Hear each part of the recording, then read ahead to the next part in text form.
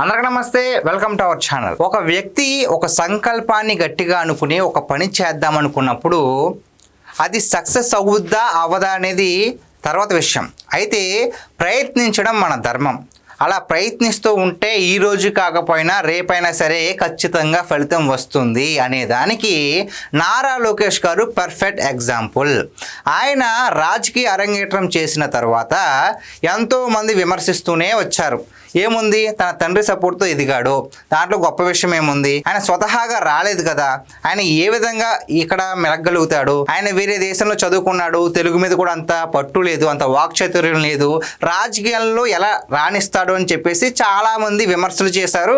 ఇంకా చెప్పాలి అంటే 2019 నుంచి 2024 మధ్యలో మరి వైసీపీ వాళ్ళు అంటే నోటుతో చెప్పలేనంత పదాలను కూడా యూస్ చేసి బాడీ షేమింగ్ చేసి ఆయన వ్యక్తిత్వ హననానికి గురి చేసి ఎలా పడితే ఆయన అలా ట్రోల్ చేశారు.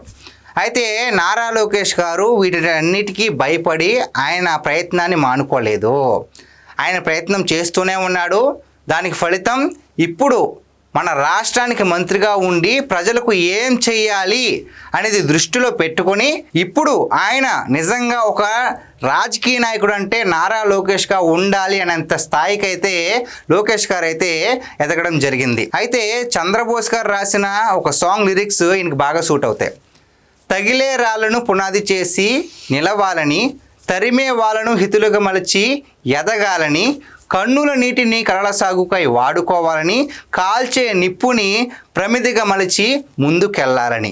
పర్ఫెక్ట్గా నాకు ఎందుకో నారా లోకేష్ గారికి ఈ లిరిక్స్ అయితే బాగా సూట్ అవుతాయి అనిపిస్తుంది. ఎందుకంటే తగిలే రాళ్ళను పునాది చేసుకుని ఎదగాలని. ఎందుకంటే ఆనాడు ఎంతమంది ఆయన ట్రోల్ చేశారో ఇప్పుడు ఆయన పేరు చెప్తేనే ఎందుకు ఈయన జోలికి వెళ్ళకూడదు అన్నంతలాగా ఆయన ఎదిగాడు. అదేవిధంగా తరిమే వాళ్ళను హితులుగా చేసి ముందుకెళ్ళాలని. ఎంతమంది ఆయన్ని వ్యతిరేకించినా, ఎంతమంది ఆయన్ని ట్రోల్ చేసినా సరే ప్రజెంట్ మరి వాళ్ళు ఎవరైతే ట్రోల్ చేస్తారో వాళ్ళు కూడా అన్న మాకు ఈ సాయం కావాలి, మేము ఈ ఆపదలో ఉన్నాము అంటే వెంటనే నారా లోకేష్ గారు అవి పట్టించుకోకుండా ఏవైతే ఏమైంది అక్కడ ఒక ప్రాణం నిలబడుతుంది అని తెలిస్తే వెంటనే నారా లోకేష్ గారు మరి తరిమే వాళ్ళని హితులుగా మలిచి ముందుకు వెళ్ళిపోతున్నారు. అంతేకాకుండా కన్నుల నీటిని కళ్ళల సాగుకై వాడుకోవాలని. వాళ్ళు ఏదో అన్నారు, నన్ను ఈ విధంగా చేశారు అని ఆయన ఆగిపోలేదు. కన్నీరు పెట్టుకుని అక్కడ దాకా ఆగిపోలా. ఆ కన్నీటిని కళ్ళల సాగుకై వాడుకున్నాడు. కన్నీరు బయటకు కార్చలా, లోపలే దావాగ్నిలా మిగుల్చుకొని ఇప్పుడు ఎవరైతే తప్పు చేయాలనుకున్నారో వాళ్ళందరి కళ్ళల్లో కుణుకు లేకుండా చేస్తున్నారు నారా లోకేష్ గారు. అదేవిధంగా కాల్చే నిప్పును ప్రమిదిగా మలిచి ముందుకెళ్ళాలని. మరి ఎంతలాగా ట్రోల్ చేసినా, ఎంతలాగా విమర్శించినా సరే దాన్ని ప్రమిదలా మార్చుకోవాలి. ఆ నిప్పుని ప్రమిదలా మారిస్తే దీపం అవుద్ది. సో ముందుకెళ్ళాలి. అదేవిధంగా నారా లోకేష్ గారు ఎవరు ఎన్ని అనుకున్నా సరే ఇప్పుడు తను చేయాలనుకున్నది క్లారిటీగా మైండ్లో ఒక పాయింట్ అనుకున్నారు. మేనిఫెస్టోలో 2024 మేనిఫెస్టోలో ఎలాగైనా సరే 20 లక్షల ఉద్యోగాలను నేను తీసుకొస్తాను అని చెప్పేసి ఆయన మాట ఇవ్వడం జరిగింది. దానికి తగ్గట్టుగానే ఒక్కొక్క మెట్టు ఇక్కడికి ఇన్వెస్టర్స్ వస్తున్నారు అని తెలిస్తే అక్కడికి వెళ్ళిపోవడం, వాళ్ళకు ఒక ప్రెజెంటేషన్ ఇచ్చి మన రాష్ట్రం గొప్పతనం గురించి చెప్పడం, మన ఆంధ్రప్రదేశ్ని ఎలాగైనా సరే బ్రాండ్గా మార్చాలని ఎంతో తప్పించాడు. దానికి తగ్గ ఫలితం ఇప్పుడు మనం అనుభవిస్తున్నాం. దానికి ఏంటి అంటే ఇప్పుడు దాకా చాలా కంపెనీస్ వచ్చాయి, దిగ్గజ సంస్థలన్నీ కూడా మన రాష్ట్రంలో పెట్టుబడులు పెట్టడానికి వచ్చాయి. ఇప్పుడు మరొక ప్రపంచ దిగ్గజ మౌలిక సదుపాయాల సంస్థ అయినటువంటి RMZ సంస్థ అయితే మన ఏపీలో ఏకంగా 1,00,000 కోట్ల భారీ పెట్టుబడుల ప్రతిపాదనలు అయితే ప్రకటించడం జరిగింది.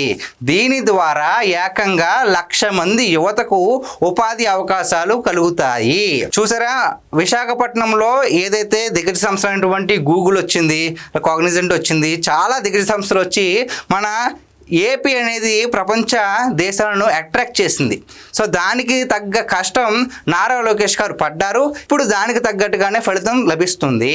ఈ RMZ సంస్థ వాళ్ళు కేవలం విశాఖలోనే కాకుండా అయితే ఈ RMZ సంస్థ వాళ్ళు ఏ రంగాల్లో వాళ్ళని ప్రోత్సహిస్తారు అంటే IT, అదేవిధంగా డేటా సెంటర్ల హబ్బు రంగాల్లో రాబోయే 5 ఏళ్లలోనే ఏకంగా 1,00,000 మందికి ఉపాధి అవకాశాలు కల్పిస్తామని వాళ్ళు చెప్పడం జరిగింది. ఈ విధంగానే చాలా మంది ప్రపంచ దిగ్గజ సంస్థలు మన ఏపీలో పెట్టుబడులు పెడితే మరో 5 ఏళ్లలో అంటే 2029 ఎన్నికల్లోపే మన రాష్ట్రం అనేది మన దేశంలోనే నెంబర్ 1గా నిలుస్తుంది అన్నదానికి ఎటువంటి సందేహము లేదు. సో గైస్, ఇది రోజు మన వీడియో.